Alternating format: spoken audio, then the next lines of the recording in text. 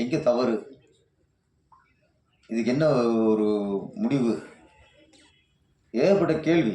நம்ம யாரும் இங்கே குறை சொல்ல முடியல. ஏன்னா இப்போ தேட்டர் தர மாட்டேங்கிறாங்கன்னு தேட்டருக்கார குறை சொல்கிறோம். அவங்க என்ன சொல்கிறாங்க, சின்ன படத்தை போட்டால் தேட்டருக்கு ஆள் வர மாட்டேங்கிறாங்க, 10 பேர் 5 பேர் இருக்காங்க அப்படின்னு அவங்க குறை சொல்கிறாங்க. எந்த பக்கம் நியாயம்னு யோசிக்கணும். அது வந்து ரெண்டும் உண்மைதான். சின்ன படங்களுக்கு தேட்டர் கிடைக்கலைங்கிறது உண்மைதான். சிறிய படங்களுக்கு மக்கள் ஆதரவு தர மாட்டேங்கிறாங்க, அவங்க தேட்டருக்குள்ளே வர மாட்டேங்கிறாங்க அப்படிங்கிறதும் உண்மைதான். ஆனால் ரெண்டுமே குறை தான். திரையுலகுக்கு ரெண்டுமே மிகப்பெரிய ஒரு குறை. அப்போ இதை எப்படி நிவர்த்தி பண்ணணும், அங்கேயும் யோசிக்கணும். நம்ம மாறி மாறி குறை சொல்லிட்டே இருந்தோம் வச்சுங்களேன், அது வந்து ஒரு வேலைக்கு ஆகாது.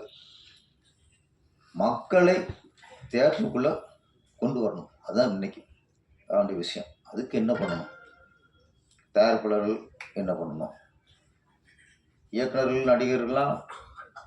இப்போ இயக்குனரெலாம் ஒரு டெக்னீஷியன் தான், படத்தை முடிச்சு கொடுத்துருவாங்க, அவ்வளோதான். அதுக்கப்புறம் ப்ரொடியூசருக்கு தான் சவாலாக இருக்குது. அப்போ ப்ரொடியூசர் தான் இதை யோசிக்கணும்.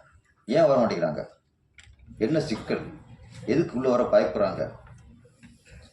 ரேரா, அதாவது ரேரா ஒரு படம் 2 படம் தான் ரேரா ஓடுது. அது கூட சின்ன படமாக இருக்கும், அது பெரிய கம்பெனிக்கு வாங்கி ரிலீஸ் பண்ணுவாங்க.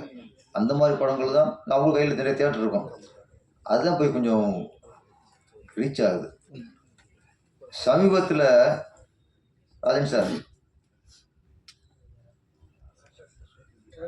இதில் பேச முடிக்கணும். ராஜன் சார் யாசனம் பேசுகிறப்ப சமீபத்தில் சின்ன படம் தியேட்டர் கிடைக்கலைங்கிறது ஒன்று. இப்போ தியேட்டர் ரிலீஸ் பண்ணும்போது அவங்க இப்போ ஒரு ரிக்வெஸ்ட் பண்ணுறாங்க, யாராவது ப்ரொடியூசர் வந்து வட்டிக்கு வாங்கியோ கஷ்டப்பட்டு ஒரு படத்தை முடித்து தியேட்டருக்கு போனால் நீங்கள் ஃபஸ்ட்டு 2 நாள் நீங்கள் 50 டிக்கெட் எடுத்து ஆள் அனுப்புங்கிறாங்க. நம்மளும் படத்தை எடுத்து நடிகை சம்பளத்தை கொடுத்து டெக்னீஷியன் சம்பளத்தை கொடுத்து வட்டியை கட்டி என் படத்தை ரிலீஸ் பண்ணால் நீயே தியேட்டருக்கு ஆள் கொண்டு வான்னு சொன்னால் இங்கே தான் சினிமா எந்த அளவுக்கு ஆபத்தில் இருக்குன்னு யோசிக்கணும். பிடிச்சிருக்குதா வேலை, அது கூட 50 டிக்கெட் 50 ஆள் உள்ள அனுப்பணும். ஆமாம், என்ன வேலை கடைசி பிடிச்சிருக்கு, என்ன வேலையை போச்சு. இப்போ அவனு டிக்கெட் கிளிக்கிற வேலையை போச்சு கடைசியா தேட்டரில் போய். இல்லை, பெரிய ஒரு ஆபத்தில் இருக்குது. இது நானும் பேசிட்டு, இப்போ உதயகுமார் சாரும் பேசி, ராஜன் சாரும் பேசிட்டு, இது பேசிலே போகிற விஷயமே இல்லை. இதுக்கு தீர்வு வேணும். நடிகருடைய சம்பளத்தை குறைக்கணும், இயக்குனர் சம்பளத்தை குறைக்கணும், டெக்னீஷியன் சம்பளத்தை குறைக்கணும், ஷூட்டிங் செலவு குறைக்கணும். இது மட்டும் இல்லையே ப்ரொடியூசருடைய சூழ்நிலை, இது மட்டும் இல்லையே. நாங்கள் எல்லாம் குறைச்சிக்கிறோம், எல்லாம் பண்ணிக்கிறோம், செலவு குறைப்போம், எல்லாம் ஒத்துழைக்கணும். நாங்கள் ஒத்துழைக்கிறோம், ஓகே. ஒத்துட்டதை எல்லாம் ஒத்துட்டாங்க எல்லாருமே. இது இல்லை பிரச்சனை. இப்போது ஷூட்டிங் செலவு குறைக்கிறது பிரச்சனை இல்லை, ரிலீஸ் பண்ணுறதும் பிரச்சனை. அதுதான் போராட்டம். நீ படம் பண்ணுறது ஈஸி, பணம் இருந்தால் படம் பண்ணிடலாம். ரிலீஸ் பண்ணுறதா இன்னைக்கு முடியலை. தேட்டர் எங்கே இருக்குது, யார் கையில் இருக்குது, யார் ஆக்கிரமிச்சிருக்கா, ஏன் கிடைக்க மாட்டேங்குது, இல்லை கிடைச்சாலும் கூட்டம் ஏன் வர மாட்டேங்குது. அதான் இப்போ நான் கேட்ட கேள்வி. மக்கள் ஏன் வர மாட்டேங்கிறாங்க. ஒன்று, நம்ம நிறைய படங்கள் தரம் இல்லாமல் இது இல்லாமல் எடுத்து கொடுத்து அதை பார்த்து பயந்துட்டாங்களா, அதுவும் ஒன்று இருக்குல்ல. 4 சின்ன படம் பார்த்து என்னடா போட்டு வச்சு கொண்டுட்டாங்களே அப்படின்னு சொல்லி அடுத்த சின்ன படம் வரும்போது பயப்படுறான். மக்களை பொறுத்த வரைக்கும் ஒன்றே ஒன்று தான் சார். இன்னைக்கு டிக்கெட் விலை சொல்கிறான், அதெல்லாம் இல்லை.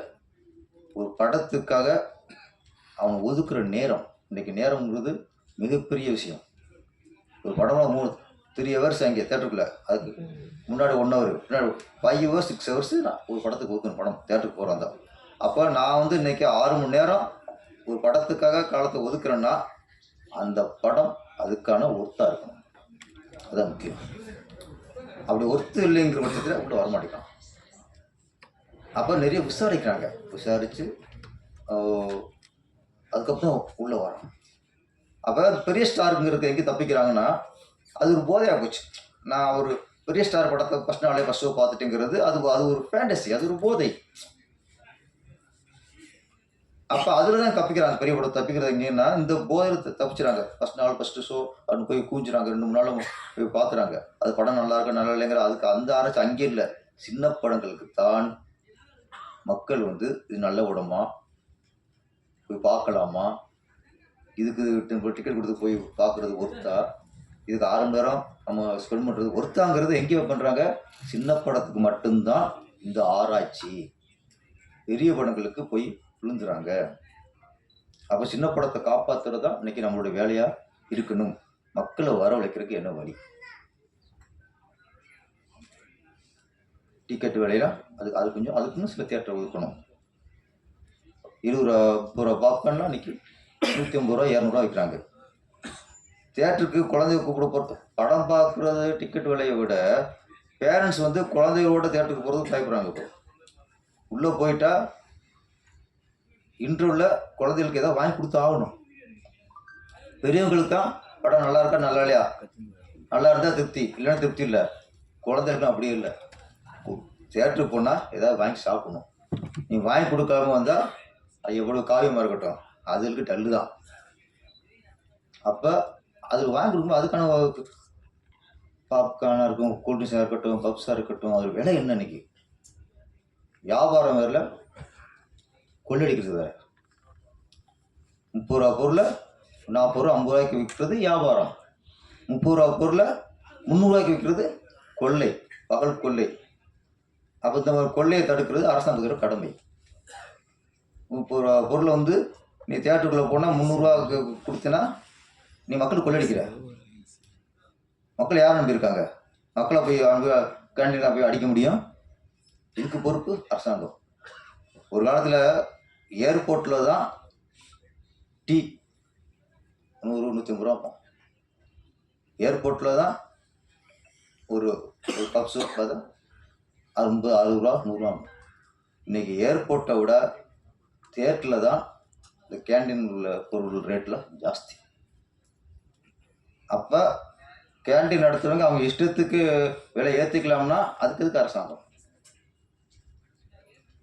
கண்ட்ரோல் பண்ணணும்ல. இதையும் கண்காணிக்கணும். ஒரு டிக்கெட்டை நாங்கள் பிளாக்கில் விற்றா 150 டிக்கெட்டை 200 ரூபாய்க்கோ 250 ரூபாய்க்கோ விற்றா அது பிளாக் டிக்கெட், சட்டப்படி குற்றம். கரெக்டு தானே? அப்போ 100 ரூபா 30 ரூபா பாப்கார்னை நீங்கள் 150 ரூபாய்க்கு விற்றா அது சட்டப்படி கரெக்டா? தப்பு தானே? அப்போ ஒரு பொருளுக்கு என்ன நிர்ணயம்? அதுக்கு நீ வெளியில் ரோட்டுகளில் போட்டால் ஒரு 10 ரூபா லாபம் வை, ஒரு கொஞ்சம் ஏசி ரூம் மாதிரி வச்சா 20 ரூபா லாபம் வை. தேட்டரா மாலை ஒரு 30% வை, 20% 30. அதான் 30 300 ரூபாய்க்கு எங்கே இருக்கு? இதனால ஃபஸ்ட்டு இதெல்லாம் ஆராயணும். இதெல்லாம் ஆராய்ச்சி பண்ணி சும்மா தேட்டருக்கு வர முடிக்கிறான்னா நம்ம வர வச்சவனை போட்டு கொண்டு போகிறோம். அவனை போட்டு எதை எடுத்தாலும் வந்துட்டு கொள்ளை அடிக்கிறோம். கார் பார்க்கிங் கொள்ளை, கேண்டீனில் எதாவது கொள்ளை. இன்றைக்கி இவங்களாம் பேசும்போது அப்போ வாங்க குடிச்சார் அவ்வளோ சந்தோஷமாக பேசிக்கிறோம்ல. சின்ன பட குடிச்சார். ஏன் இன்றைக்கி வந்து ஒரு படத்தை இப்போ ரிலீஸ் பண்ணிட்டு இன்றைக்கி வந்து அர்த்தத்தூரம் பேசுகிறாருன்னா இதெல்லாம் நம்ம வந்து தியேட்டருக்காரர்களை குறை சொல்கிறதும் தப்பு, மக்களை குறை சொல்கிறதும் தப்பு. தப்பு நம்ம மேலே வச்சுக்கிட்டு நம்ம வந்து கண்ட்ரோல் பண்ண முடியலை நம்மளால்.